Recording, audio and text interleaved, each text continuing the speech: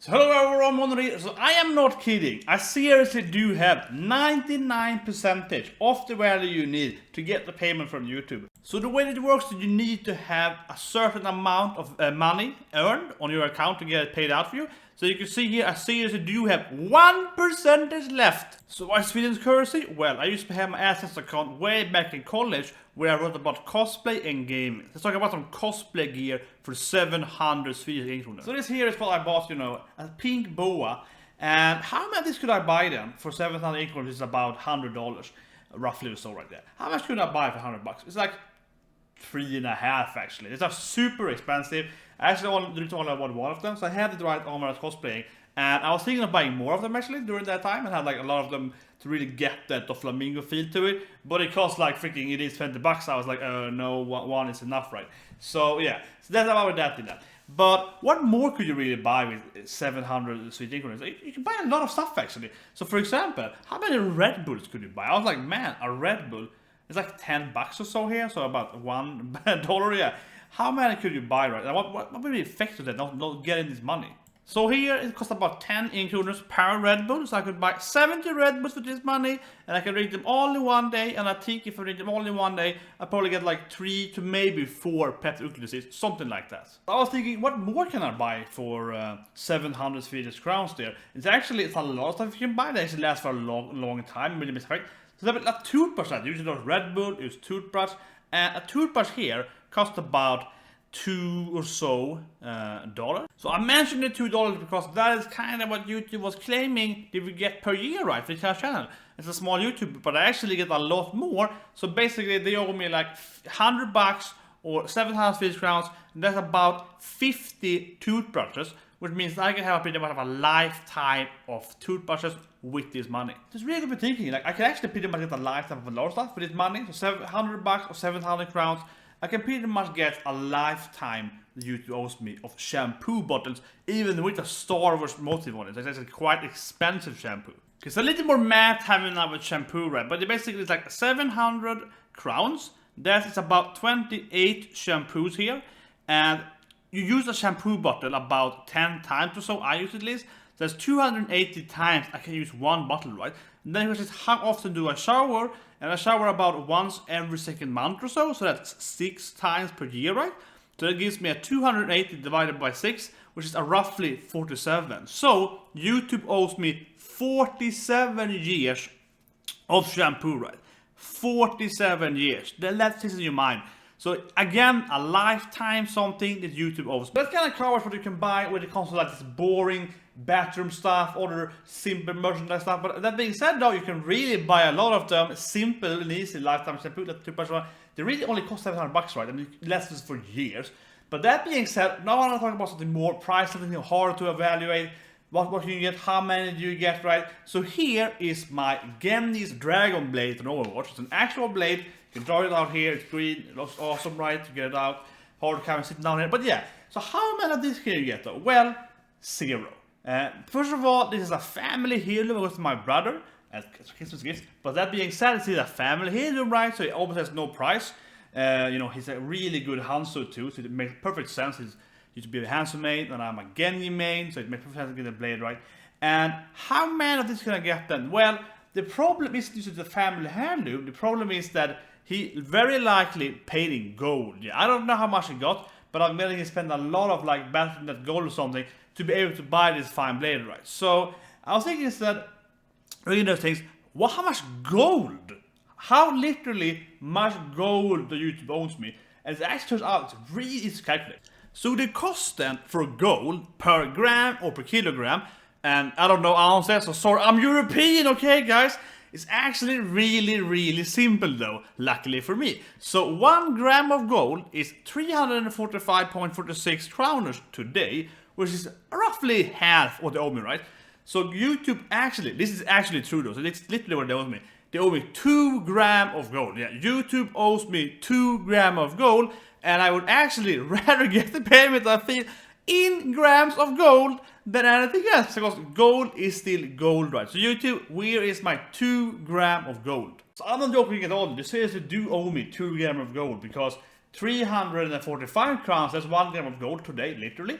and obviously they owe me like 699 crowns, right? Plus 1 more crown I will get the money. So they owe me 2 grams of gold plus, you know, 0%. Yeah. So they literally owe me those money. And think about it though. They say that, oh, you only earn like $2 a month or $2 a year or so on. On my channel, I have unfortunately low subs, guys, but I have high, you know, high time value compared to my subs. So I actually get about half or so of the monthly kind of cash strike. So I get about 350 or so crowns a month, which means that I literally earn 1 gram of gold per month. Think about that. I earn 1 gram of gold every month on YouTube. And suddenly they're gonna pay me anymore? Like, come on, I want my gram of gold, YouTube. It sounds crazy. But anyway, I have an even better value of worth though. And this is this thing here, right? So this is a Death Star, yeah. This is a Death Star that I bought when I was about 10 or 11, maybe I was 12. And it cost me, at that price range, I think about 400 Swedish crowns. This was in Swedish crowns because I was 10 when I was living in Sweden. And think about that. So people, if they were a little more, I would say, I don't know, you know, a little more cunning, maybe a little more unfair and so on, they would say YouTube also almost 2 complete Death Stars. But however though, I'm gonna be honest here, and 400 crowns about 20 years ago, yeah, I'm old, okay. I might look really young, I might look really good and so, right? But I'm actually kind of old. So by being honest here, I have to admit though, that by inflation and how money loses value and so, right? Like what is actually, when I was 10, 400 Swedish crowns was a Death Star. What is 400 crowns today is actually about 700 crowns, honestly. So they don't owe me 2 Death Stars, but YouTube owe me 1 Death Star, yeah. I feel like to put a disclaimer out there, so you can buy 1 of item here each side. So I hope you understand that. I'm not saying you can go buy a Death Star, 2 grams of gold, lifetime of shampoo, lifetime of toothpaste. No, you have to pick 1 item here in particular, right? Next time you get payout, you can get it again, right? So I hope that's understandable here. But seriously though, it's really a lot of stuff you can buy with 700 crowns or about 100 bucks. So actually it's a lot of time, especially when it comes to stuff like food, shampoo stuff and so on, like stuff you have in the bathroom. There's actually a lot of stuff you can buy there and actually consume, right? So it's not a lot of money, but it is money that actually is kind of noticeable, in honest opinion. And in my case, I pretty much earn, as I mentioned, I pretty much earn like a half a gram or so per month. So for me, they kind of earn me, yeah, one gold gram per month, right? Which is kind of weird thinking about it. To be honest though, I probably will get that last crown, 1%, 1 crown pretty much, yeah. Because they do check your revenue you earn, how it works, on the 15th of the date of the month. So at this moment, they're gonna evaluate my earnings from January the 5th to February the 5th. And I probably have already earned that 1 crown from the videos I uploaded since, you know, 5th January to this day. Actually, probably very likely. Unless though they screw you over. So actually kind of exciting or actually kind of scary. I wouldn't really anxious to get the money because it's like the next day or next very day, right? They will turn off the revenue. And given like time frames, I mean like time zones and so on, or like actual time frame of the system and times and so on, that might screw you over. They might tell you that, well, you didn't earn this much and so on. I do doubt that though, but it definitely could happen with YouTube. So that is actually kind of strange to me. And I use the system how it works. It's like, wow, so you owe me 699 krowners, and I definitely, probably, very likely will get at least 1 more crown for a month of revenue. I mean, I'm not saying I earn a lot of money on YouTube, but I earn like a crown at least a month, right? Yeah, I have a month on me to earn a crown at least. It's like, I probably will get that. Will it count for the 700 bucks, right? So that is actually really weird, but it probably will, and I probably actually will get 700 crowns though.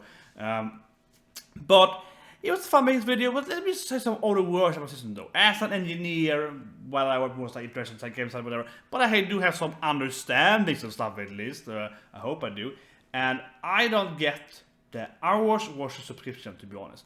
If anything, I think it should be more time-based or less. It doesn't feel like it's really correct though. So for example, in my case, I have a lot of people and I love you guys. You come here, you watch me play these games, right? They will sit there in the stream, and I can have a few people that really watch my videos, like, you know, the whole video, right? Like, if we do like a stream of this game, 3-hour stream, 10 people stay there, and it's a lot of watch hours. And but of course, you all guys better subscribe to me, so you don't give me more subscription, right? I'm not saying that's your fault, but I would say that it doesn't like correlate. Like if you have really nice fans that support you, so just few people in each channel, whatever, obviously have a pretty new channel, but still though, like you have that thing going for you. Those people will watch way more than what you YouTube kind of things on the same time, right?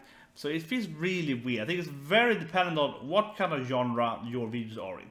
If you do some videos that talk about the stuff, blah blah blah, and so on, and people go there and get you can have a lot of like lifetime views, a lot of lifetime watch things, but you don't get subscription, and it can be also to do a lot of videos very actively, you get a lot of subscriptions instead. So the system is just kind of weird. I don't understand how they correlated it. I have to say that. And that really means from like an engineer standpoint, I don't get it at all. It feels like a very, very arbitrary. As everyone's saying, I definitely in that thing. 1,000 subs feels like it's a high value, not really high, but not really low either. 100 would be very easy. So they use like 1,000. That sounds high enough to put out a lot of channels. And then it's like 4,000 hours. Like I would love to know where that hour come from, especially also the actual value, right? Because I'm saying that 99% of the channels only make like $2 a year, so whatever. But I don't make a lot of money, but I make a lot more than that. I make that pretty much every day. Not that much money, but still, it feels really weird. So you're claiming that all the channels here, you're not making any money. And I don't think it's about the money, but I think it sounds really weird math for me. Like I did a lot of math this video here, and their math makes no sense to me. Because everyone I know that I talk to in my kind of community, anime community, mainly in gaming and so on, they earn more than that, right? Even if they have like 10 subscribers or 100, whatever, 1,000 subscribers or so on. So it feels kind of weird. That being said though, there is a lot of course, there is millions of channels out there with like 1 subscriber and they have like 1 view per video. Obviously they don't make any, obviously they make like a cent, or if even that. And I do understand, in YouTube's defense though, I do understand that if they make videos and they sometimes rarely get like 1,000 views on the videos, which I don't always get, but let's say they do that, and they always get demonetized, they have to go in there and be like, we have to review check it because it's a rules and so on. So in my opinion, I would say this thing here, they might actually be better having a higher requirement on when they do manual reviews. Now it's 1,000 views per video, let's say it's 10,000 views instead, and everything has demonetized for the videos. And that's strange. But that might actually be better. So if you upload something and it's not, wrong by the bot, you do get monetized. And if you get demonetized, you can, play it and so on, right? And they fix it right, but not for this really small videos. They also could be that way, and so on. This is like a really harsh way to kind of about a lot of small channels. I think many people get demoralized because it's like, whoa, you hate me, so I'm not gonna do it anymore. Yeah, I think that's the main thing. For me personally, I want the functionality. I don't want to lose functionality. I don't want to lose whatever time base and so on. So I hope you subscribe, hope you support me, hope you like this video, and have a great day.